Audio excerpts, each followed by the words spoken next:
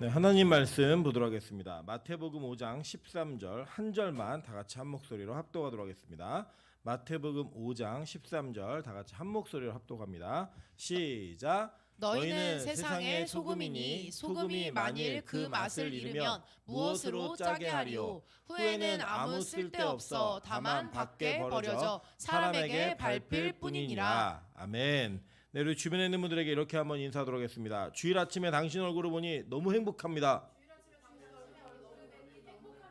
네, 행복합니다. 네, 우리 또 주일학교 아이들 둘이 또 예배를 드리고 있습니다. 드리는 건지 뭐 그냥 와 있는 건지 모르겠지만 하나님께서 주시는 은혜 가운데 우리 예배가 날마다 하나님 은혜가 있고 또 참여하는 모든 사람들을 통해 성도와 교회가 함께 기쁨을 누릴 수 있는 그런 좋은 교회 되기를 주님의 이름으로 축원합니다. 네, 오늘은 마태복음 5장 13절의 말씀을 가지고 염전의 노예라는 제목으로 하나님 말씀 증거하도록 하겠습니다. 이 땅에 살면서 이제 빛과 소금 교회라고 하는 교회를 참 많이 보시게 될 겁니다. 중계동 빛과 소금 교회 이렇게 검색만 하셔도 교회가 3개나 뜹니다. 그래서 우리 이 중계동 그 건영상가에 있는 빛과 소금 교회를 찾는 거는 그게 쉬운 일은 아닙니다. 어쨌든 그만큼 좋은 이름이기 때문에 교회들이 사용하겠죠. 뭐 잘 아시는 광염교회도 빛과 소금 교회를 그냥 한문으로 옮겨놓은 그런 내용의 교회들입니다. 그래서 이 전체적으로 이 내용들은 뭐 우리 다 많이 들어보신 내용이기 때문에 어느 정도 이런 내용일 거다라고 예측하시는 것이 충분히 가능하다라고 생각합니다. 그래서 저는 개인적으로 오늘 우리가 배우고 있는 이 소금과 빛, 원래 원어에는 빛과 소금이 아니라 소금과 빛이라고 되어 있어요. 소금과 빛이 되어 있는데 이 소금과 빛에 대한 이야기는 산상수훈에 딸려서 나오는 이야기입니다. 그렇기 때문에 이거는 별개가 될 수 없다라고 저는 생각합니다. 그러니까 만약에 우리가 산상수훈에 나와 있는 팔복을 우리의 행위와 도덕 윤리적 관점이 아니라 그리스도 중심적으로 하늘에서 허락한 것만이 가능하다라는 전체적 전제를 가지고 이 주의를 해왔다면 오늘 말씀 역시 그렇게 이해하는 것이 전 마땅하다라고 생각을 합니다. 예를 들면 우리가 이렇게 뭐 소금과 빛이라고 하는 이런 개념을 세상에서 어떻게 살아야 될지, 우리가 세상에서 이런 역할을 잘 감당해야 된다, 이런 식으로 해석하고 이해할 수 있는 가능성이 있는 게 뭐냐면 16절인 것 같아요. 16절. 자기가 보니까 이렇게 얘기해요. 이같이 너희 빛이 사람 앞에 비치게 하여 그들로 너희 착한 행실을 보고 하늘에 계신 너희 아버지께 영광을 돌리게 하라 라고 이야기했어요. 그죠? 여기서 착한 행실이라고 하는 이것이 우리에게 우리의 삶을 이야기하는 것이다 라고 얘기할 만한 충분한 가능성이 있습니다. 뭐 저는 그건 뭐 맞다고 생각합니다. 그런데 착한 행실이 어떤 의미가 있는지는 좀 깊게 생각해 봐야 된다고 생각합니다. 제가 아직도 잊혀지지 않는 제자 하나가 있는데 제가 이렇게 물었어요. 야, 남자였는데 너는 이상형이 어떻게 돼? 자기가 장가를 좀 보내고 싶어갖고 물어봤더니 뭐라고 얘기냐면 자기는 착하면 된대요. 그냥. 아, 그래 착하면 되니? 그랬더니 착하면 된대요. 그래 착한 애들은 많지. 그랬더니 아니래요. 착하면 된대요. 뭐가 착해야 되는데 그랬더니 일단 얼굴도 착해야 되고 몸매도 착해야 되고 통장도 착해야 되고 집안도 착해야 된대요. 그러니까 그 착하다라는 개념이 우리가 알고 있는 그 개념과는 전혀 다른 개념으로 이야기했던 그 기억이 있어갖고 제가 되게 많이 웃었던 기억이 있습니다. 그렇듯 이 착하다라고 하는 착한 행실이 무엇을 의미하는 건가? 이것은 우리가 조금 더 깊게 살펴봐야 될 의미가 있다고 생각하고 그런 관점으로 13, 14, 15, 16절은 통으로 이어져 있는 말씀이에요.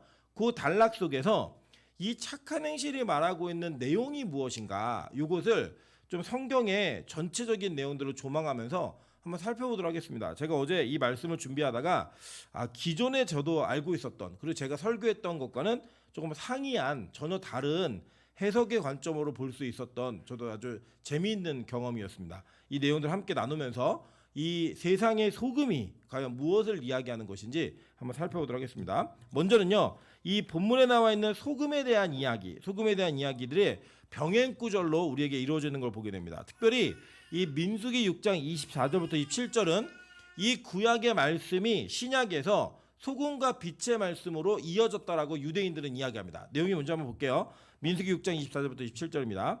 여호와는 내게 복을 주시고 너를 지키시기를 원하며 여호와는 그의 얼굴을 내게 비추사 은혜 베푸시기를 원하며 여호와는 그 얼굴을 내게로 향하여 드사 평강 주시기를 원하노라 할지니라 하라. 그들이 이같이 내 이름으로 이스라엘 자손에게 축복할지니 내가 그들에게 복을 주리라라고 이야기했어요. 자, 여기서 말하고 있는 이 지키시기를라고 하는 히브리어가 샤마르라고 단어인데 지키다, 보존하다라는 뜻이 있습니다. 그러니까 소금의 역할과 동일한 역할을 이야기하는 이 단어로 구성이 되어 있죠. 그러니까 여러분 이제 아시다시피 소금은 무언가를 썩지 않게 하는 방부제적 역할을 하는 내용들이 있잖아요. 그래서 유대인들은 이 말씀이 소금에 관련된 말씀이라고 이야기했고, 또 여기 보면은 여호와는 그의 얼굴을 내게 비추사라고 할 때 이 히브리어 동사가 이 오르라고 하는 단어입니다. 예, 빛나다, 비추다라고 얘기해서 빛이 있으라 할 때 그 빛이 이 오르였어요. 그래서 이 세상의 소금과 빛이라고 하는 그 단어가 이 구절로부터 파생되어져 나왔다라고 얘기합니다. 왜냐하면 마지막에 뭐라고 얘기하냐면 내 이름으로 이스라엘 자손에게 축복할지니 내가 그들에게 뭘 주겠다고요? 복을 주겠다라고 얘기하니까 팔복이랑 맞죠? 예, 그래서 이 내용이 아마도 유대인들 사이에서는 이 내용을 근거로 예수님이 가르치신 것이다라고 해석을 이렇게 하고 있습니다. 자, 그런데 이렇게 말씀하신 내용과 동일하게 평행선을 이루고 있는 병행 구절들을 보면 마가복음 9장 50절입니다. 소금은 좋은 것이로되 만일 소금이 그 맛을 잃으면 무엇으로 이를 짜게 하리요? 너희 속에 소금을 두고 서로 화목하라 하시니라 라고 얘기했어요. 자, 이 말씀이 앞에 있는 구절이 이따 뒤에 소개될 텐데 여러분 전혀 우리가 알고 있는 것과 다른 말씀으로 해석되는 것을 보시게 될 거예요. 한번 잘 기억해 보세요. 자, 누가복음 14장 34절과 35절입니다. 소금이 좋은 것이나 소금도 만일 그 맛을 잃으면 무엇으로 짜게 하리요? 땅에도 거름에도 쓸데없어 내버리느니라. 들을 귀가 있는 자는 들을지어다 하시니라 라고 얘기했어요. 자, 이렇게 이 세상에 너희가 소금이다, 너희가 빛이다라고 얘기하는 빛이다라고 얘기하는 이 모든 것들이 예수님이 말씀하신 것을 마태만 기록한 게 아니라 마가도 기록했고 누가도 기록해서 이 기록을 통해서 우리는 예수님이 이 내용을 통해 전달하고자 했던 것이 무엇인지를 어느 정도 예측할 수 있다라는 거예요. 자, 그런 관점으로 보면요, 이 소금이라고 하는 그 어떤 물질이 성경에서는 무엇을 상징하고 있는지를 좀 보시면 굉장히 도움이 된다고 생각합니다. 여러분 예를 들면 이런 거예요. 현대 사회에서 소금 그러면 우리나라 사람들은 소금 그러면 제일 먼저 뭘 생각할까요? 음식에 넣어서 맛을 내는 간을 맞추는 도구로서의 소금을 이야기합니다. 그래서 한국 사람들이 나트륨의 섭취가 굉장히 높잖아요. 그러니까 소금 섭취율이 높다는 건 뭐냐면 우리나라는 이제 국을 즐기는 민족이기 때문에 이 국을 많이 먹다 보니까 이 소금과 굉장히 밀접한 식생활을 가지고 있습니다. 그런 것과 좀 더 비슷하게 나아가서 미국 음식 좀 드셔보신 적이 있나요? 네, 미국식으로. 저는 예전에 그 미군 부대에서 파는 피자를 먹다가 죽는 줄 알았습니다. 너무 짜가지고. 그러니까 미국 음식은 대부분 이게 솔티예요. 그러니까 굉장히 짭니다. 전반적으로. 그래서 미국 사람들은 소금 그러면 제일 먼저 떠올리는 이미지가 뭐냐? 고혈압이에요. 고혈압. 그래서 짜게 먹어서 몸에 병이 생기는 이런 개념으로 소금을 이해하기도 합니다. 지중해 연안도 마찬가지예요. 지중해에서는 이 소금 그러면 소금을 방부제나 이 음식을 보존하거나 썩지 않게 만드는 이런 도구로서 소금을 이해합니다. 그래서 그 제가 이스라엘 가보니까 이스라엘의 사해 있잖아요. 사해. 그 사해에는 이게 되게 그 소금이 많이 나오는데 그 소금이 이제 치료제로 쓰이는 것들을 봤어요. 입욕제나 이렇게 비누 또 아토피가 있는 아이들한테는 굉장히 효과가 있다라고 해서 제가 성지순례 때 물로 500ml를 사해물을 떠가지고 저희 첫째가 아토피가 있을 때 씻겨가지고 저희가 효과를 본 기억이 있어요. 아직도 그게 있다고 얘기하는데 어쨌든 이 소금이라고 하는 것이 가지고 있는 이미지가 각자 다 달라요. 그래서 성경에서 소금이 말하고 있는 내용이 무엇인지를 우리가 좀 깊게 살펴볼 필요가 있다고 생각합니다. 그래서 제가 구약에 있는 소금에 대한 이미지를 몇 가지 찾아봤는데 한번 같이 살펴보면서 내용들을 이해해 보시도록 할게요. 출애굽기 30장 35절입니다. 그것으로 향을 만들되 향 만드는 법대로 만들고 그것에 소금을 쳐서 성결하게 하고 라고 이야기했어요. 그죠? 자, 그 소금은 구약 시대에 향을 만드는데 그 향을 만들 때에 소금이라는 재료를 더함으로 인해 어떤 효과를 나타냈냐면 성결이라고 하는 그 역할을 하게 했다라고 출애굽기에서는 얘기하고 있습니다. 레위기 2장 13절 한번 볼게요. 내 모든 소재물에 소금을 치라. 내 하나님의 언약의 소금을 내 소재에 빼지 못할지니 내 모든 예물에 소금을 드릴지니라 라고 얘기합니다. 자, 그러니까 레위기에서는 소제를 드릴 때마다 그 소제에다가 뭘 칠해요? 소금을 칠하고 얘기했고, 이 소금을 뭐라고 표현했냐? 언약의 소금이라고 표현을 했어요. 그죠? 그 소금과 언약의 밀접성을 얘기하고 있는 거예요. 그리고 너의 모든 예물에는 다 소금을 함께 드리라고 이야기하고 있습니다. 그러니까 예배를 드리는 가운데에도 소금이 하는 역할이 있다는 거죠. 그죠? 상징하는 무언가 있을 거예요. 한번 계속 볼게요. 역대하 13장 4절과 5절입니다. 이거 다 같이 읽겠습니다. 시작. 에프라임 산 위에 서서 이르되 여로보암과 이스라엘 무리들아 다 들으라. 이스라엘 하나님 여호와께서 소금 언약으로 이스라엘 나라를 영원히 다윗과 그의 자손에게 주신 것을 너희가 알 것 아니냐라고 얘기합니다. 자, 이게 뭐냐면 여로보암과 아비야가 이제 이 전쟁을 하는데, 전쟁하는 가운데 이 아비야가 여로보암, 즉 남유다의 아비야가 르호보암의 아들이에요. 아들이 이 여로보암의 군대하고 싸우면서 그들이 명분이 없다라는 것을 이야기하기 위해서 그가 들고 나온 게 뭐냐면, 하나님께서 소금 언약으로 영원히 다윗과 그의 자손들을 이 나라를 허락하셨다. 자손들에게 이거를 명분으로 내세울 때 영원한 소금 언약이라는 단어를 씁니다. 그죠? 영원히 변하지 않는 단어를 이야기하는 거예요. 자, 이 영원한 언약이라고 하는 그 내용의 관점에서 성경에서는 소금을 이야기하고 소금과 언약을 연결 지을 때 영원이라는 단어를 같이 연결하고 있는 것들을 보게 됩니다. 한번 계속 볼게요. 또 한 구절. 민수기 18장 19절과 20절입니다. 다 같이 읽어볼게요. 시작.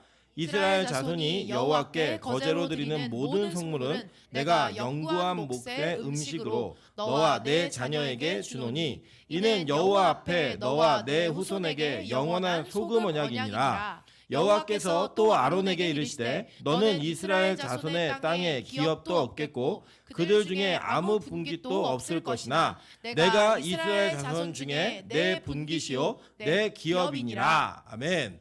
자, 그러니까 이거는 무슨 말씀이냐면, 하나님께서 아론과 아론의 후손들에게 내가 너희에게 이 직분을 맡은 것을 인해 너희가 복을 주는데, 그 복의 언약의 내용이 뭐냐면 영구한 몫의 음식으로 너와 내 자녀에게 주겠다라는 거예요. 자, 이건 뭐냐면 예배를 드리고 난 그 제물의 일부분을 항상 누가 가져갔어요?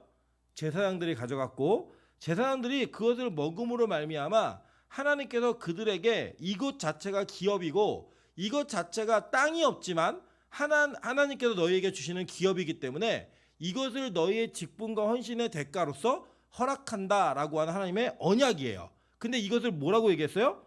영원한 언약이라고 얘기했다라는 거예요. 그리고 그걸 얘기할 때 뭘 갖다 붙였죠? 소금이라고 하는 소금 언약을 갖다 붙인 거예요. 그러니까 지금 이 소금 언약은, 소금이라고 하는 이 재료는 하나님과 사람 사이에 영원함을 상징하는 그 언약과 연결지어서 사용할 때가 굉장히 많이 빈번하게 등장을 하고, 소금 언약이라는 직접적 단어를 통하여 성경이 우리에게 영원하게 하나님과 맺어지는 언약의 관계 속에서 이 소금 언약이 상징하는 내용이 무언가가 있는 것을 성경 우리에게 암시해주고 있는 거예요. 자, 이해되고 계시죠? 잘 따라오고 계시면 됩니다. 자, 그러면 이 소금 언약과 동일한 영원한 언약들, 이것은 과연 어떤 언약들이 또 존재하고 있는가, 이것을 한번 살펴보도록 할게요. 자, 영원한 언약, 영원하다는 히브리어는 오람이라는 뜻, 그 단어이고요. 언약이라는 히브리어는 베리트라는 단어입니다. 그래서 이 오람 베리트, 그러니까 영원한 언약, 이게 무엇인가 한번 보도록 하겠습니다. 자, 창세기 9장 16절부터 17절입니다. 무지개가 구름 사이에 있으리니 내가 보고 나 하나님과 모든 육체를 가진 땅의 모든 생물 사이에 영원한 언약을 기억하리라. 하나님이 노아에게 또 이르시되 내가 나와 땅에 있는 모든 생물 사이에 세운 언약의 증거가 이것이라 하셨더라 라고 얘기해요. 자, 그러니까 무지개 언약도 무슨 언약이에요? 예, 오람베리트, 그러니까 영원한 언약이에요. 영원한 언약. 그러니까 이 영원한 언약이라고 하는 그 무지개 언약이 여러분 뭘 상징하는지 아시죠? 이 무지개는 히브리어로 케셰트라는 단어였죠. 그 단어가 뭐예요? 활이라는 단어입니다. 이 활에다가 화살을 재면 화살이 쏘면 어디로 가요? 하늘로 가죠. 그럼 잘 보시면 하나님이 이 무지개 언약을 주실 때 내용이 이거예요. 내가 너희들 잘못해가지고 그러니까 홍수로다가 너희들을 심판했는데 심판을 해보니까 이제는 말 잘 듣겠어서 내가 다시는 너희들 멸하지 않겠다 이거였어요? 아니었죠. 아예 그냥 성경이 뭐라고 말하냐면 이들은 태어날 때부터 악한 애들이기 때문에 그렇게 해결할 수 있는 게 아니라는 거를 하나님이 얘기하시면서 이 무지개 언약으로 내가 너희를 구원할 거야 라고 얘기했단 말이에요. 그리고 이 무지개 언약이 선포된 이후에 노아가 방주에서 내려가지고 이 예배를 드리죠. 제사를 드려요. 제사를 드리는데 어떤 짐승으로 드리죠? 방주에는 정결한 짐승과 부정한 짐승이 다 타 있었어요. 그런데 어떤 짐승으로 예배를 드렸어요? 짐승의 종류를 얘기하는 게 아니고 뭐 사자다 호랑이다 이거 아니고 정결한 짐승과 부정한 짐승이 타 있었어요. 저기 방주에. 근데 거기에서 나와가지고 어떤 짐승으로 예배를 드렸을까요? 정결한 짐승으로 드렸겠죠. 예배는 무조건 정결한 짐승으로 드리는 거니까. 그러니까 정결한 짐승으로 예배를 드려서 그 예배를 드림으로 인해 이 언약 관계가 온전해진 거예요. 즉 정결한 것의 죽음으로 말미암아 부정한 것들이 살게 되는 그 언약 속에 담겨진 그 내용이 이런 언약이었다고요. 영원한 언약, 무지개 언약이. 자, 이해되세요? 그러니까 무지개 언약은 하나님의 화살을 맞으시겠다는 거예요. 결국 이게 뭐예요? 십자가였죠. 그래서 나중에 이 에스겔 계시록에 예수님을 상징하는 예수님의 모습이 나올 때 등장할 때 예수님 등장하실 때 상징으로 등장하는 게 뭐예요? 무지개가 등장하잖아요. 무지개가.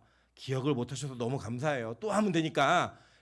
무지개가 브로치처럼 그 보좌에 앉으신 이 근처에 무지개가 막 나타나고 그 무지개를 보고 저 예수님이구나 알았다고요. 에스겔도 사도 요한도. 그렇게 무지개는 언약의 징표이기도 했고 언약의 내용이 무엇인지를 설명해주는 도구이기도 했습니다. 이해되시죠? 그러니까 이 무지개 언약은 결국에는 구체적으로 얘기하면 십자가를 상징하는 거고 그 내용은 정결한 것이 죽음으로 말미암아 부정한 것들이 살게 되는 그 언약을 담아 놓은 거예요. 그 내용이 바로 무지개 언약이었고 이것을 성경은 영원한 언약이라고 했다고요.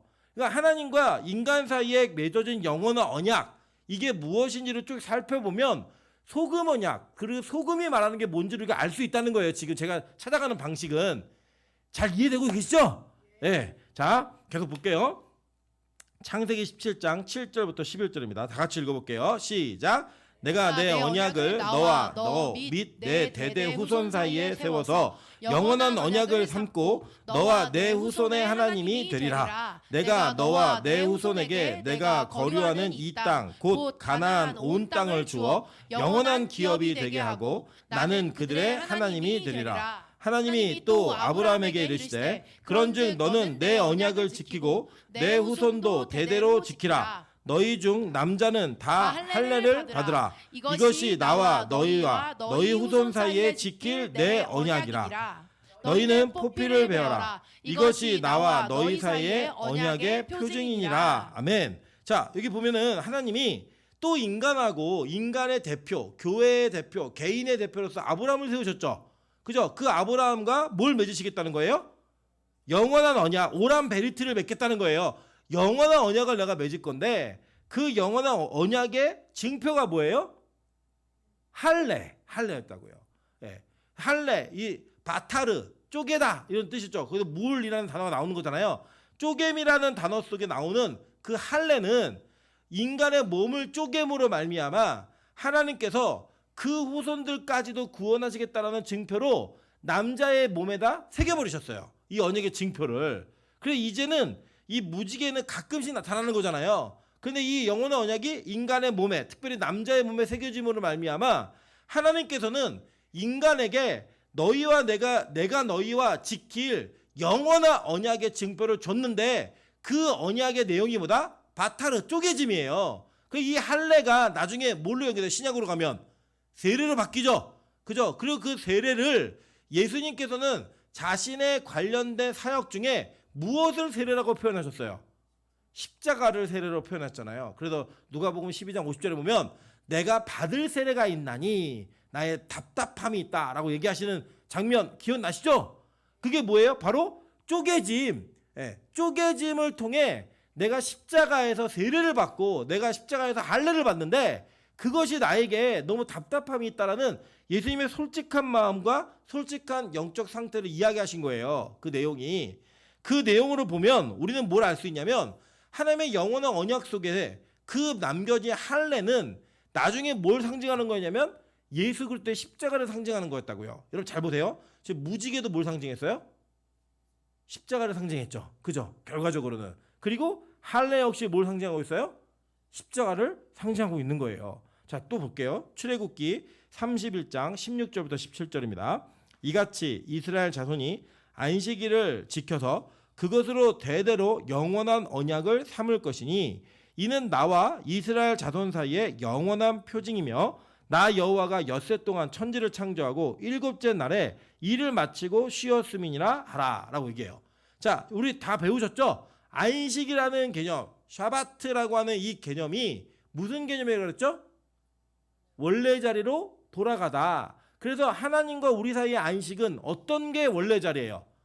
예배를 받으시는 자와 예배를 하는 자, 이런 관계였단 말이에요. 그런데 이 안식이 인간의 교만과 하나님처럼 되고 싶은 마음으로 인해 선악과를 따먹으면서 깨어지죠. 완전히 박살났다고요. 그래서 하나님께서는 할례를 며칠 날 주셨어요? 8일째 되는 날 주셨고, 이 8일째 되는 날 하나님의 은혜, 즉 하나님의 쪼개지심으로 말미암아 새로운 안식을 허락하시겠다라고 약속하신 거예요. 그죠? 그래서 안식이라는 개념이 어떻게 우리가 주일로 옮겨지나를 우리 배우셨죠? 그 예수님이 언제 부활하세요? 안식 후 첫날 8일째 부활하신다고요. 즉 예수님의 십자가, 그 죽으심과 그 십자가에서 죽으심을 깨고 일어나시는 부활이 이 안식과 7일과 8일 그 사이에 벌어지면서 새로운 안식이, 영원한 안식이 이루어진다는 걸 얘기한 거예요. 그죠? 그러니까 이 안식이라고 하는 영원한 언약의 표징은 뭘 또 상징하는 거예요? 예수의 십자가와 부활을 상징하는 거예요. 제가 부활절 설교할 때마다 말씀드렸잖아요. 우리가 십자가까지만 가면 돼요, 안 돼요? 안 된다고. 어디까지 가야 돼요? 부활까지, 승천까지 가야지 이 패키지가 온전한 십자가의 사역이에요. 그래서 이 십자가의 죽으심과 부활은 뗄래야 뗄 수 없는 동전의 양면 같은 사역인 겁니다. 이거는 정확하게 예수 그리스도가 이 땅에 오셔서 어떤 사역을 하실지를 우리에게 설명하고 예언하고 있는 내용인 거예요. 자, 계속 볼게요. 레위기 24장 8절 다 같이 읽습니다. 시작. 안식일마다 이 떡을 여호와 앞에 항상 진설할지니 이는 이스라엘 자손을 위한 것이요 영원한 언약이니라. 자, 안식일마다 이 떡을 여호와 앞에 항상 진설할지니. 자, 이제 우리 출애굽기 때 나중에 배우실 텐데, 출애굽기에 성소에 들어가면 오른편에는 뭐가 있었죠? 떡상이 있었고, 왼편에는 등잔이 있었고, 앞에는 분향단이 있었죠. 근데 이 오른쪽에 있는 떡상 위에 올려놓는 이 진설병, 그 무교병이에요. 그러니까 누룩이 들어가지 않은 이 떡을 몇 덩이를 넣어야 돼요? 12덩이를 놔요. 네, 교회의 상징이에요. 집합의 상징. 그래서 이 떡이 그곳에 항상 진설되어 있어야 되는데, 제사장들의 역할이 이것을 계속적으로 교체하면서 발효되거나 누룩이 생기지 않도록 관리하는 게 제사장들의 역할이었고, 이 떡은 누구만 먹을 수 있었어요? 제사장들만 먹을 수 있었다고요. 그 떡이 있었는데, 지금 이제 떡이라고 번역됐지만 사실 빵이에요. 빵이 있었는데, 이 빵이 누굴 상징하는 거였어요? 예수님을 상징하는 거였잖아요. 여러분, 그래서 요한복음 6장에 오병이의 기적을 행하신 예수님께서 그 떡에 대한 의미를 설명하실 때 뭐라고 얘기하시죠? 내가 생명의 떡이다 라고 얘기하시잖아요. 그래서 그 떡을 먹은 자가 안식으로 들어가는, 그래서 이 구약의 레위기에서 안식일마다 이 떡을 여호와 앞에 항상 진설할지니 이렇게 나오는 거예요. 그러니까 이 떡이 상징하는 건 예수 그리스도였고, 그 예수 그리스도가 뭐의 상징이에요? 영원한 언약의 실제적인 내용이다 라고 하는 걸 보여주는 거예요, 지금. 자, 그러니까 잘 이해하셔야 돼요. 지금 예수님이 야, 너희들 세상의 소금이야 라고 얘기한 그 소금이 영원한 언약과 연관이 있다는 걸 우리가 이미 살펴봤죠. 그리고 그 영원한 언약을 설명해주고 있는 다른 영원한 언약의 표징들을 쭉 살펴보니까 그 영원한 언약은 다 누굴 상징하고 있었어요? 예수를 상징하고 있다는 거예요. 예수를. 계속 볼까요? 자, 민수기 25장 11절부터 13절 다들 보겠습니다. 자, 제사장 아론의 손자 엘르아살의 아들 비느하스가 내 질투심으로 질투하여 이스라엘 자손 중에서 내 노를 돌이켜서 내 질투심으로 그들을 소멸하지 않게 하였도다. 그러므로 말하라. 내가 그에게 내 평화의 언약을 주리니 그와 그의 후손에게 영원한 제사장 직분의 언약이라. 그가 그의 하나님을 위하여 질투하여 이스라엘 자손을 속죄하였음이니라 라고 얘기했어요. 그죠? 자, 제 책에 나오려고 그래가지고요. 네. 자, 이 내용을 보시면 죄송합니다. 자, 이 내용은 여러분 잘 기억해 보세요. 어떤 사건이냐면 이스라엘 백성들이 가나안에 입성하기 위한 여정을 갈 때에 그 여정 속에서 광야 생활하다가 이 모압 왕 발람이라고 하는 박수무당을 데려다가 이 영매자를 데려다가 이스라엘 저주하기를 시켜요. 그죠? 그런데 이 저주를 시켰을 때 저주를 하려고 올라간 발람의 입에서 뭐가 나와요? 축복이 나오고 축복이 나오고 축복이 나오는 거예요. 그러니까 결국에는 야, 너 돈 받아놓고 내가 의뢰한 일에 전혀 반대되는 일을 하니까 이게 뭐야? 그랬더니 발람이 계략을 하나 줍니다. 어떤 계략을 주냐면 모압 여인들을 옷을 좀 헐겁게 입혀가지고 거기 옆에다 갖다가 놓으라는 거예요. 그래갖고 거기서 그 모압인들의 제사를 드리면 이스라엘 백성들이 함께 음행을 저지를 거다. 그런 그 음행 때문에 이스라엘 망할 거다. 이런 계략을 줘요. 그래갖고 실제로 그 일이 벌어져요. 그래갖고 이스라엘의 두령들과 이스라엘의 많은 자들이 모압 여인과 음행을 저지르는 시딤이 바로 여기에요. 이 장면인 거예요. 그래갖고 이 하나님께서 연병을 이 진중에 퍼뜨리셔갖고 막 사람이 죽어나가기 시작하는데 그때에 아론의 손자 엘르아살의 아들 비느하스가 뭘 하냐면 창을 들고 고습이라고 하는 그 여인과 그 모압 여인과 합하고 있는 그 족장을 그 천막에 들어갔는데 같이 쫓아 들어가가지고 그 창에다가 그냥 한 꼬치에 껴갖고 나와요. 네. 그러니까 음행을 저지르고 있었으니까 한 꼬치에 껴갖고 나오는 거예요. 그것을 바라보고 그런 일이 벌어졌을 때 연병이 멈춰요. 멈추고 난 다음에 하나님이 이 비느하스를 축복하는 그 축복의 내용이 뭐냐면 바로 이 내용이에요. 그러면서 뭘 주겠다는 거예요? 영원한 제사장 직분의 언약이라 라고 얘기한 거예요. 자, 여러분 잘 기억하시겠지만 자, 시편 110편 4절에 보면 예수 그리스도를, 그러니까 예수님을 하나님께서 멜기세덱의 반차로 세우시는 영원한 제사장을 세우시기 위해서 그 전에 예수의 모형이었던 다윗을 영원한 제사장으로 세우시죠. 그죠? 기억나시죠? 너는 멜기세덱의 반차로 쫓은 영원한 제사장이다. 자, 이렇게 얘기했다고요. 그 얘기를 들었던 다윗은 그 다윗의 후손이 예수 그리스도가 되는데 다윗은 그 후손에게 뭐라고 불렀냐면 주라고 불렀다라고 얘기하면서 예수 그리스도 즉 메시아가 어떻게 오는지를 설명했다고요. 그리고 그분이 이 땅에 어떤 역할을 하기 위해 오시는 거예요? 중보자인 제사장으로 오시는 거예요. 그러니까 이 영원한 언약은 누구에게 유효한 언약인 거예요? 예수에게 유효한 언약인 거예요. 잘 보세요, 여러분. 예수님 당시에 대제사장들이 아론의 자손이었어요? 아니었잖아요. 끊어졌다고요. 그게 끊어졌고 예수님 시대에는 예수님 외에는 적법한 계통의 제사장이 없어요. 근데 예수님은 누구의 족보를 따라오는 거예요?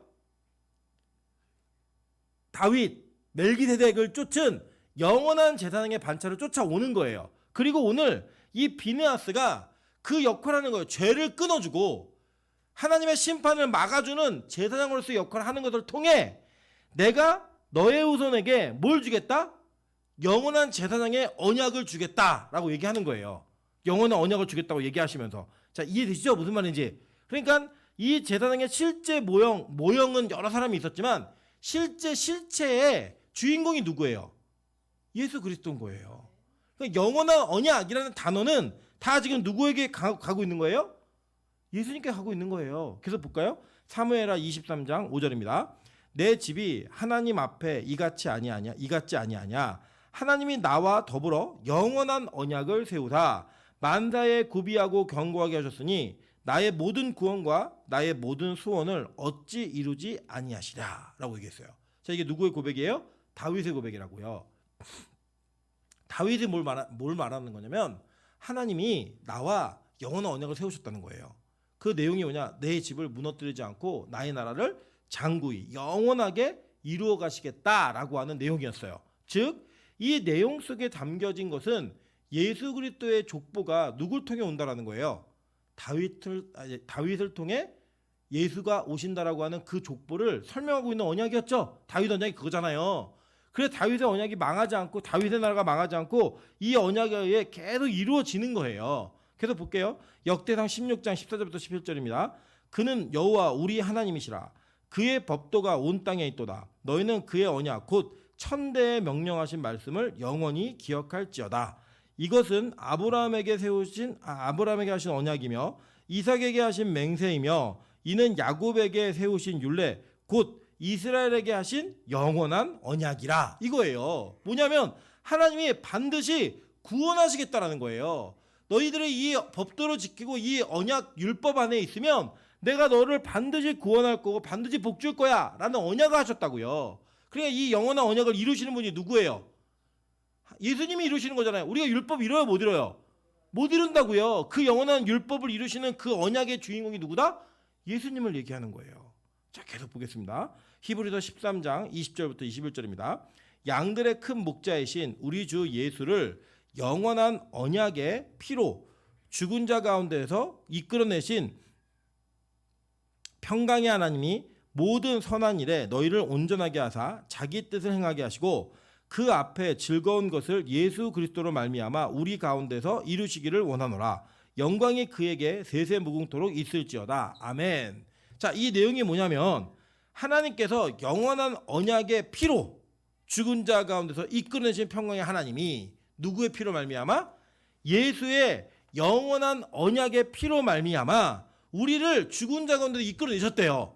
즉, 이 영원한 언약의 실현과 실체가 예수 그리스도고 그 예수 그리스도의 피 흘림이 이 영원한 언약을 이루어냈다는 걸 얘기하는 거죠. 그죠? 이게 지금 영원한 언약과 다 연결되어지 의미가 있다는 거예요. 즉, 우리가 오늘 읽은 소금이라고 하는 이 소금도 영원한 언약과 관련이 있었죠. 그리고 이것 자체가 그 영원한 언약 속에 포함되어진 내용을 이야기하고 있는 것을 우리는 예측하시면 되는 거예요. 자, 그렇다면 이 소금이 이렇게 이 한 가지의 의미로만 쓰였는가? 이것도 아닐 수 있어요. 예를 들면 이런 거예요. 우리가 여자 아기들한테 아이고 저 여우 같은 애 이렇게 얘기하면 이건 칭찬이에요, 욕이에요? 애매해요? 예를 들면 아우 저 여우 같아 이렇게 얘기하는 게 아이면, 아주 조그만 애기면 이건 대부분 어른들이 아이가 야무지고 예쁘고 총명하면 그런 표현을 하세요, 주로. 그런데 성인한테 아우 저 여우 같은 거 이렇게 얘기하면 이게 칭찬이에요, 욕이에요? 예, 욕이죠. 이건 확실히 욕이에요. 예, 성인인데 뭐 예를 들어 한 30살 됐는데 아우 쟤는 여우 같아 이렇게 얘기하면 절대 호감으로 얘기하는 게 아니에요. 근데 애기들한테는 아우 쟤 여우 같아 이렇게 얘기하면 이거는 좀 애기가 야무지고 예쁘다라고 하는 그런 이중적 표현이 의미가 담겨져 있죠. 그런 것처럼 소금도 마찬가지예요. 소금이 이렇게 영원한 언약을 상징하는 그 개념으로 쓰이는 것도 맞아요. 동시에 다른 의미도 담겨져 있는 것들을 보게 됩니다. 자, 볼게요. 창세기 19장 24절부터 26절입니다. 여호와께서 하늘 곧 여호와께로부터 유황과 불을 소돔과 고모라에 비같이 내리사 그 성들과 온 들과 성에 거주하는 모든 백성과 땅에 난 것을 다 엎어 멸하셨더라. 롯의 아내는 뒤를 돌아보았으므로 소금 기둥이 되었더라. 이렇게 얘기해요. 자, 그러니까 롯의 아내는 심판과 저주를 받은 사람이에요. 그 심판과 저주를 받는 그것을 성경은 단 하나로 설명을 하는데 그게 뭐예요? 소금 기둥이에요. 그리고 이 소금 기둥이 된 이 롯의 아내는 재앙과 저주를 받은 자로 상징되어지는 그 소금 기둥과 함께 이미지화 돼버리는 거예요. 자, 이해되시죠? 무슨 말인지 한번 계속 볼게요. 신명기 29장 21절부터 26절입니다. 여호와께서 곧 이스라엘 모든 지파 중에서 그를 구별하시고 이 율법책에 기록된 모든 언약의 저주대로 그에게 화를 더하시리라. 너희 뒤에 일어나는 너희 자손과 멀리서 오는 객이 그 땅의 재앙과 여호와께서 그 땅에 유행시키시는 질병을 보며 그 온 땅이 유황이 되며 소금이 되며 또 불에 타서 심지도 못하며 결실함도 없으며 거기에는 아무 풀도 나지 아니함이 옛적에 여호와께서 진노와 격분으로 멸하신 소돔과 고모라와 아드마와 스보임의 무너짐과 같음을 보고 물을 것이요. 자, 여기 보니까 지금 하나님께서 소금이라고 하는 단어를 쓰셨는데 이 소금이라는 단어가 어디랑 연결돼서 나타났어요? 소돔과 고모라, 스보임, 아드마 옆에 있는 도시들이에요. 함께 망한 이 도시들과 함께 상징되는 것들을 이야기한 거예요. 자, 그러나 뒤에 볼게요. 여러 나라 사람들도 묻기를 여호와께서 어찌하여 이 땅에 이같이 행하셨느냐? 이같이 크고 맹렬하게 노하심은 무슨 뜻이냐면 그때 사람들이 대답하기를 그 무리가 자기 조상의 하나님 여호와께서 그들의 조상을 애굽에서 인도하여 내실 때에 더불어 세우신 언약을 버리고 가서 자기들이 알지도 못하고 여호와께서 그들에게 주시지도 아니한 다른 신들을 따라가서 그들을 섬기고 절한 까닭이라. 자, 이렇게 하나님의 언약을 떠났더니 저주를 받았는데 그게 뭐예요? 질병이 오고 재앙이 오고 그 땅이 유황이 되며 소금이 됐다라고 얘기하는 거예요. 소금 땅이 되었다라고 말하면서 소금에 담겨진 게 어떤 의미가 있느냐? 바로 저주와 심판의 의미가 담겨져 있는 거예요. 그래서 볼게요. 에스라 2장 9절입니다. 그러므로 만군의 여호와 이스라엘의 하나님이 말하노라. 내가 나의 삶을 두고 맹세하노니 장차 모압은 소돔 같으며 암몬 자손은 고모라 같을 것이라. 찔레가 나며 소금 구덩이가 되어 영원히 황폐하리니 내 백성의 남은 자들이 그들을 노력하며 나의 남은 백성이 그것을 기업으로 얻을 것이라 라고 얘기했어요. 자, 이게 지금 여기 말하는 게 뭐냐? 하나님께서 이 소돔과 같은 고모라 같은 그런 일들의 재앙과 벌을 받으면 뭐가 된다는 거예요? 소금 구덩이가 된다는 거예요. 여러분, 소돔과 고모라는 무지개 언약 이후에 있었던 사건이죠. 그죠? 그래서 하나님이 세상을 멸하실 때 물로는 다시 안 하신다고 얘기하셨어요. 그럼 다시 오실 때 이 땅을 심판하실 때는 뭘로 하시는 거예요? 불과 유황으로 하시는 거예요. 그런데 그렇게 한 결과가 뭐다? 소금 구덩이라는 거예요. 소금처럼 된다는 거예요, 땅이. 즉 소금이 이야기하고 있는 상징 속에는 또 다른 이미지가 있는데 재앙과 심판, 저주가 들어있는 겁니다. 한번 볼게요. 시편 107편 33절부터 35절입니다. 다 같이 읽겠습니다. 시작!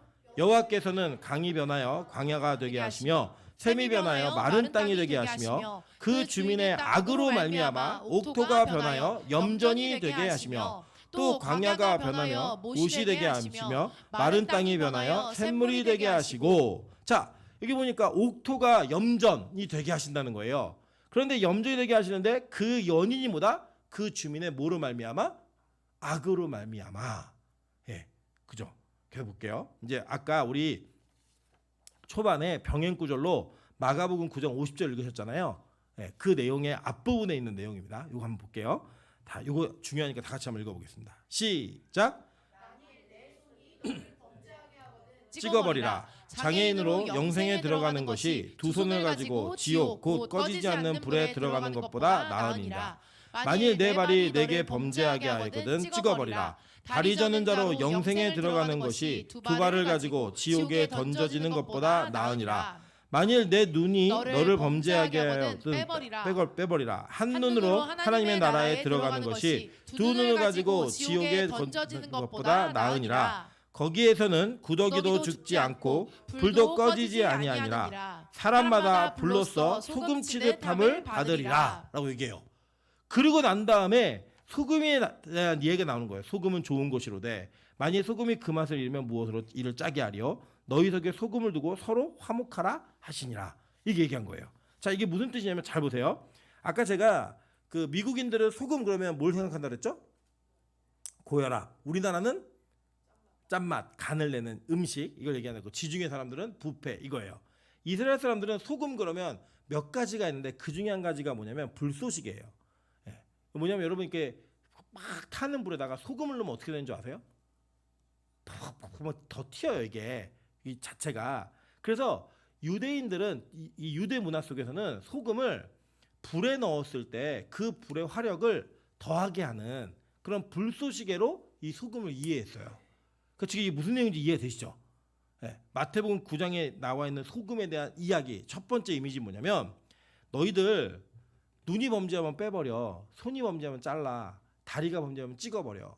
그렇게 하고 장애를 가지고 천국 가는 게 훨씬 나아.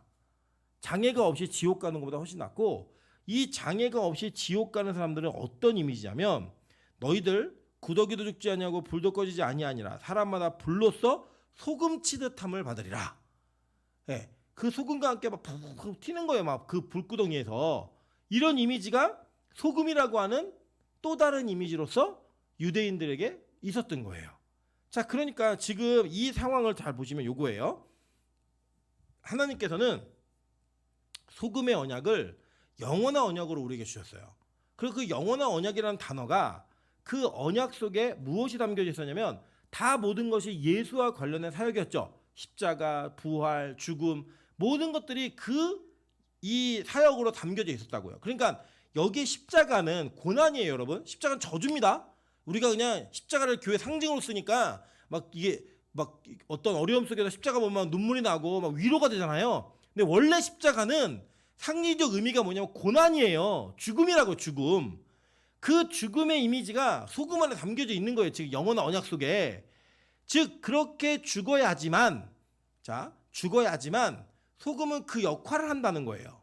그게 무슨 말이냐면, 자, 소금이 맛을 내려면 어떻게 돼요? 녹아야 돼요. 없어져야지. 그 없어지는 것을 통하여 자기의 기능을 한다고요, 지금.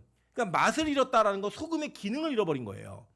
즉 여기서 우리 팔복을 쭉 배우실 때 팔복에 있는 내용이 우리가 할 수 있는 거예요? 못하는 거였잖아요. 하늘로부터 그 은혜가 임해야지만 할 수 있는 거였다고요.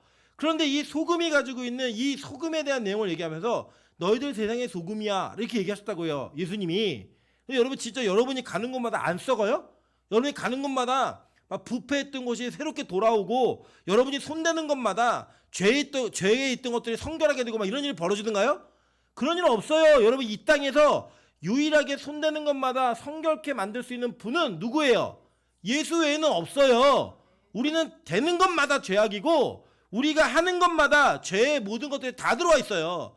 하나님의 영광을 위해서라면 포장은 잘하지만 그 안에 우리가 갖고 있는 죄의 욕망과 죄의 속성이 다 드러나요, 안 드러나요? 드러나잖아요. 근데 우리가 무슨 이 세상의 소금이에요. 적어도 빛과 소금교회가 소금이 역할을 잘 감당했으면 이 건물은 적어도 하나님 앞에서 온전함이 있었어야죠. 우리가 그렇게 소금의 역할을 잘 감당하며 살았더라면 이 땅에서 정말로 하나님께서 원하시는 그런 우리가 상상하고 있는 그 소금의 역할이었다면 우리가 가는 곳마다 새롭게 되고 변화가 됐어야죠. 안 그랬잖아요. 그렇지 못했잖아요. 여러분 이걸 얘기하는 게 아니에요. 착한 행실은, 그 착한 행실은 예수 그리스도가 소금으로서 어떻게 살았는가를 우리가 이해하면 그 내용이 보이는 거예요. 그것이 깨달아져야지만 이 내용이 무엇인지 정확히 알 수 있는 거예요. 그래서 이 소금은 자기가 없어지고 자기가 사라져야지만 그 사라진 것을 통하여 자기의 기능을 하는 거예요. 어디에 들어가든 그 불쏘시개가 되든 음식의 맛을 내든 뭘 하든 간에 부패하지 않게 하든 그 소금은 자신이 사라져야지만 그것이 온전한 기능하게 만들어져 있는 거예요. 그러니까 지금 여러분 소금이 맛을 잃는 경우가 있어요, 없어요? 이 땅에 안 짠 소금이 있어요? 안 짠 소금 없어요. 소금의 맛을 잃지 않아요. 기능적으로 소금을 아무리 오래 두어도 소금은 짜요. 그죠? 아무리 오래 두어도 소금은 짜다고요, 무조건. 그래서 실제로는 소금이 그 맛을 잃지 않아요. 맛을 잃지 않는데 맛을 잃는다는 얘기 뭐냐면 그 기능을 못한다는 얘기를 하는 거예요. 기능을. 근데 그 기능이 뭔지 그 기능 자체가 착한 행실이라는 거예요. 그 기능이. 근데 그 기능이 뭐다? 죽는 거예요. 누굴 대신해서?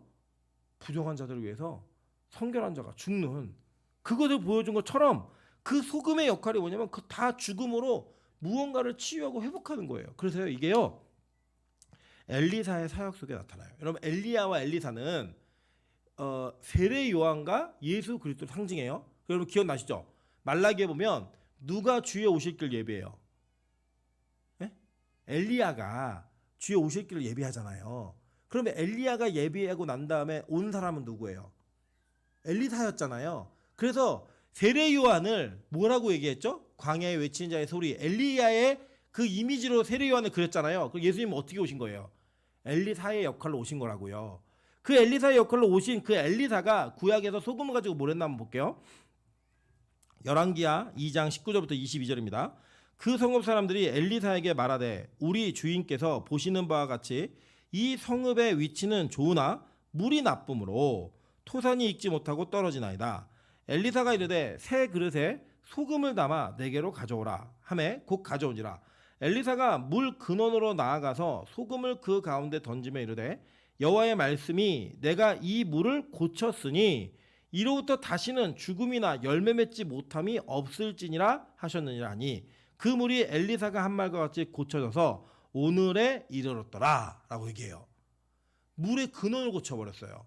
원래 이 물이 이게 이 성읍이 여리고 성읍인데 이 물이 어떤 물이었냐면 이 물이 유산을 하게 하고 열매가 맺지 못하게 하는 거예요. 물이 안 좋아가지고 먹으면은 애가 죽고 이 물로 농사를 지면 열매가 안 맺히는 거예요. 그러니까 엘리사가 소금 갖고 와. 그래서 새 그릇에다가 소금을 담아요. 예, 세술은 세 부대. 그러니까 이미지가 그냥 그대로 나오는 거예요. 구약 사람들 구약에 있는 사건 속에 이 소금을 갖다가 물에다가 근원에 뿌려버리니까 그 물에 소금이 어떻게 된 거예요? 녹아버리죠. 그 녹음으로 말미암아 그 희생과 죽음과 저주를 받아내면서 어떤 일이 벌어져요? 물이 고쳐지는 일이 벌어지더라는 거예요. 그 고쳐짐으로 지금까지 이르렀더라라고 얘기하는 겁니다. 그러니까 즉 이 땅에 오신 그 예수 그리스도의 소금의 사역이 무엇이었냐면 자신이 사라지고 죽음으로 인해 그 저주를 받아냄으로 인해 그 죽음 가운데 있는 자들을 건지는 그 역할을 하시는 거예요. 즉 그게 영원한 언약 속에 포함되어진 내용인 거예요. 자, 그러니까 예수님이 이 땅에 오셔서 요한복음 12장에 뭐라고 말씀하시는지 이 내용을 보면 이게 소금의 언약과 너무 밀접한 연관이 있는 내용이에요. 한번 보겠습니다.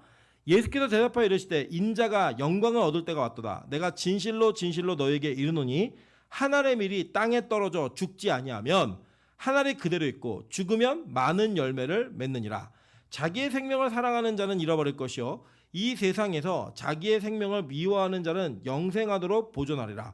사람이 나를 섬기려면 나를 따르라. 나 있는 곳에 나를 섬기는 자도 거기 있으리니 사람이 나를 섬기면 내 아버지께서 그를 귀히 여기시리라 라고 얘기했어요. 자, 그러니까 예수님이 이 땅에 오셔서 소금의 사역을 감당하셨는데 이 소금의 사역이 어떤 사역이었어요? 저주를 몸으로 받아내고 사라져버린 거예요. 그래서 이 사라져버림 속에서 어떤 일이 벌어져요? 원래 생명이 없는 물이 고쳐지는 역사가 벌어진 거예요. 바뀌어지는 역사가 나타난 거예요. 십자가가 그런 거라고요. 십자가의 은혜가 원래는 죽어야 되고 생명이 없는 자들에게 생명을 주는 은혜를 열어버린 거예요. 뭐로 말미암아? 예수의 죽으심으로 말미암아. 하나님의 밀이 땅에 떨어져 죽는 것을 통해 그 희생을 통해 하나님께서는 이 땅을 고치시는 그 은혜의 통로가 직접 되셔서 이 땅을 고치신 거예요. 이게 소금이에요. 즉 우리가 뭐 가갖고 정직하게 해서 뭘 고치고 이런 게 아니고요. 이 세상의 소금이라는 그 역할은 그 착한 행실은 뭐냐면 여러분이 예수의 모습으로 이 땅에 어딘가에 들어가서 죽는 거예요. 내가 사라지는 거예요. 내가 더 없어지는 거예요. 나를 부정하고 내 안에 살아계신 예수 그리스도만이 증거될 수 있도록 나를 죽이는, 나를 없애버리는 그 사역이 바로 뭐다? 착한 행실인 거예요. 그래서 우리가 세상의 소금이라고 하는 그건 무슨 얘기냐면 세상에서 복음으로 말미암아 죽으라는 거예요. 십자가로 인해 죽으라는 거예요. 더 섬기고 희생하며 살라는 거예요. 그러니까 이거는 우리가 얘기한 것처럼 뭐 정직하게 사십시오. 그리스도인은 깨끗해야 됩니다. 거짓말하지 마세요. 이런 개념이 아니라 오히려 우리가 이 복음 때문에 누군가를 위해 죽어나는, 누군가를 위해 죽어야만 하는 그 역할을 감당하라는 거예요. 그래서 여러분 보세요. 고린도전서 10장 33절부터 11장 1절까지를 보겠습니다. 나와 같이 모든 일에 모든 사람을 기쁘게 하여 자신의 유익을 구하지 아니하고 많은 사람의 유익을 구하여 그들로 구원을 받게 하라. 내가 그리스도를 본받은 자가 된 것 같이 너희는 나를 본받는 자가 되라. 바울이 뭐라고 얘기하는지 아세요? 내가 내 유익을 구하지 않았어. 그리고 많은 사람의 유익을 구하여 그들로 구원을 받게 하라라고 얘기했어요. 뭐예요? 세상의 소금으로 한 거예요. 자기의 죽음으로 인해 자기의 유익을 찾지 않는 그 상황을 통해 세상을 구원하는 그 은혜를 나타낸 거예요. 그게 바로 바울의 삶이었어요. 그러니까 그가 뭐라고 얘기하는지 아세요? 이거 내가 잘난 게 아니고 나는 그리스도를 본받아 한 거야. 그래서 너희들도 나를 본받아. 내가 그리스도를 본받은 것처럼 이 얘기를 하는 거예요. 빌립보서 2장 5절부터 8절입니다. 너희 안에 이 마음을 품으라. 곧 그리스도 예수의 마음이니 그는 근본 하나님의 본체이시나 사람과 동등됨을 취할 것으로 여기지 아니하시고 오히려 자기를 비워 종의 형체를 가지사 사람들과 같이 되셨고 사람의 모양으로 나타나사 자기를 낮추시고 죽기까지 복종하셨으니 곧 십자가에 죽으심이라. 이거예요. 십자가에 죽으신 그 예수 그리스도의 마음이 어떤 마음이에요? 자기를 낮추는 마음이었대요. 원래는 하나님과 동등됨을 가지고 있는 본체이시나 사람이 되셔갖고 이 땅에 오셔서 죽으심을 경험하시고 그 죽으심으로 인해 많은 이들을 살리고 구원하는 은혜를 보이셨다는 거예요. 그게 뭐예요? 소금의 역할인 거예요. 소금 언약의 그 성취가 이렇게 이루어진 거라고요. 즉 예수는 이 땅에 소금으로 오셔서 그 소금 자체의 삶을 사셨는데 자기의 녹아짐과 사라짐으로 인해 물을 고쳤고 그 고친 것처럼 이 땅을 고치시는 거예요. 그리고 그 죽으심과 희생이 우리에게 본이 되어서 우리가 그 길을 따라갈 수 있게 만들어주고 그 길로 우리를 이끄신다라는 거예요. 기독교의 소금의 역할은 그런 겁니다. 다른 거 아니에요. 죽는 거예요, 그냥. 그리고 우리는 어떤 존재냐면 이 교회는 염전이에요, 염전. 세상에 소금을 만들어내는 거예요, 소금을. 그 소금을 만들어내면 그 염전에 소금이 된 자들, 그 염전의 노예들이 어디로 가는 거예요? 세상에 가서 그리스도를 쫓아 그리스도의 종으로 이 세상에 녹아지고 사라짐을 통하여 하나님의 복음이 나타날 수 있게 일을 하는 것. 그게 바로 우리 역할이라는 거예요. 그게 세상의 소금인 겁니다. 그래서 여러분 때로는요 우리 교회가 손해를 보더라도 누구를 돕는 거예요. 때로는 여러분의 인생에 손해가 있을지라도 누군가를 섬기는 거예요. 내 인생에 어려움과 환난과 모든 고통이 있다 할지라도 그걸 감내내면서 누군가를 돕는 거예요. 그 일이 바로 소금의 역할인 거예요. 죽어짐.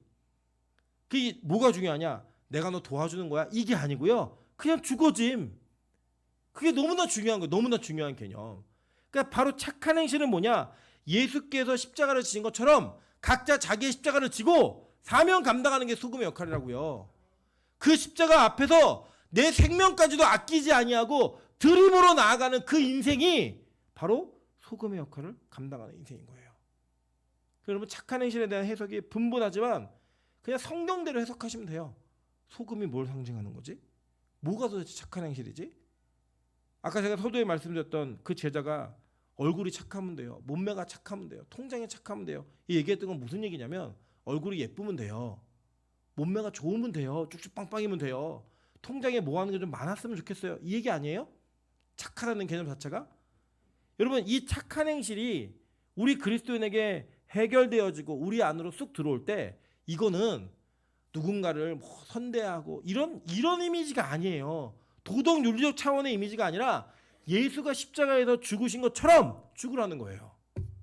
무서운 개념입니다 이게.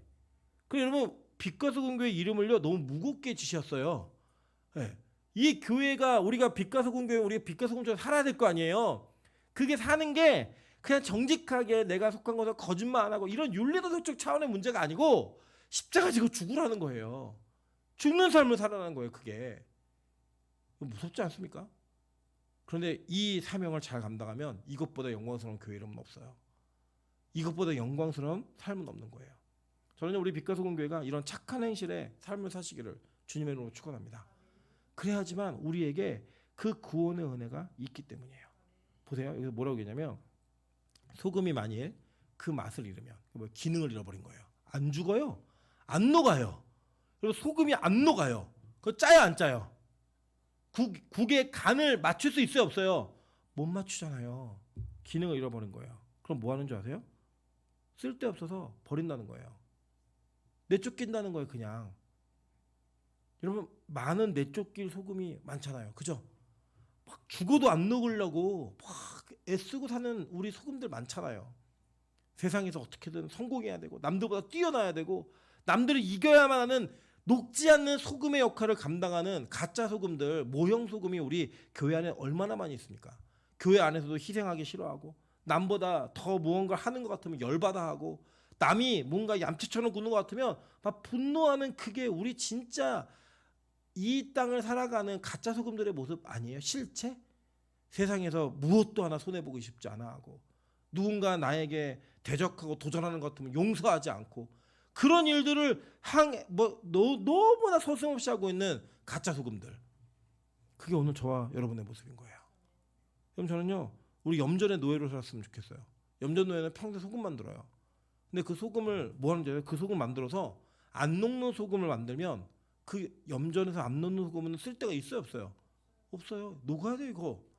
녹아야지 쓸모가 있는 거예요. 그래서 평생 소금 만들려면 녹는 소금이기 때문에 만드는 거예요. 평생. 안 녹는 소금이면 안 만들어도 돼요.